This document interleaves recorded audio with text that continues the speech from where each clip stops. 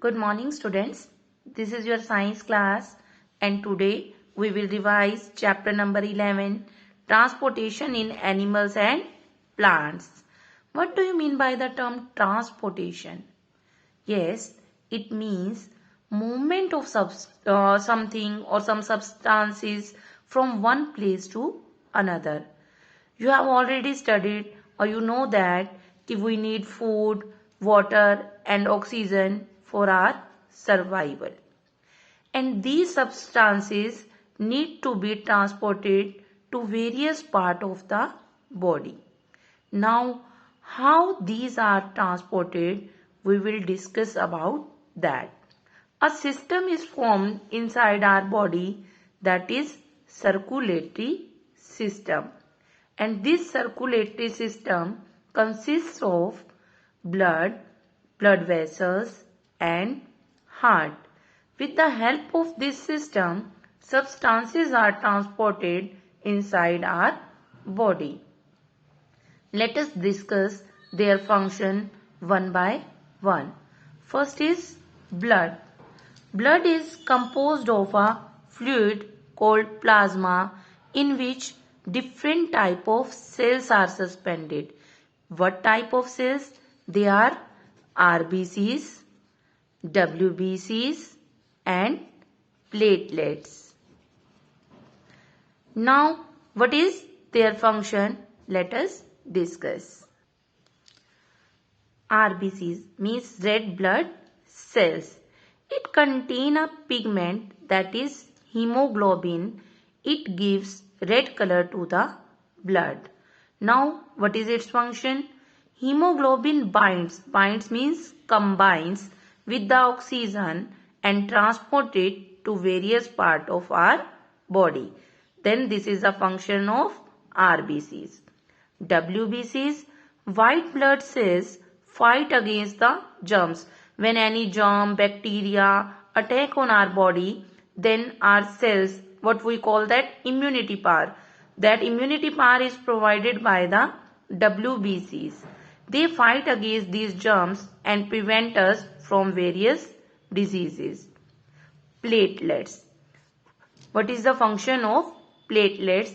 It helps in the clot formation. Sometime accidentally any cut takes place on your body, on your finger, and blood start oozing out from that. And after some time it stops flowing. How? Because of these platelets. And these all things, RBCs, WBCs and platelets, they are embedded in a fluid that is known as plasma.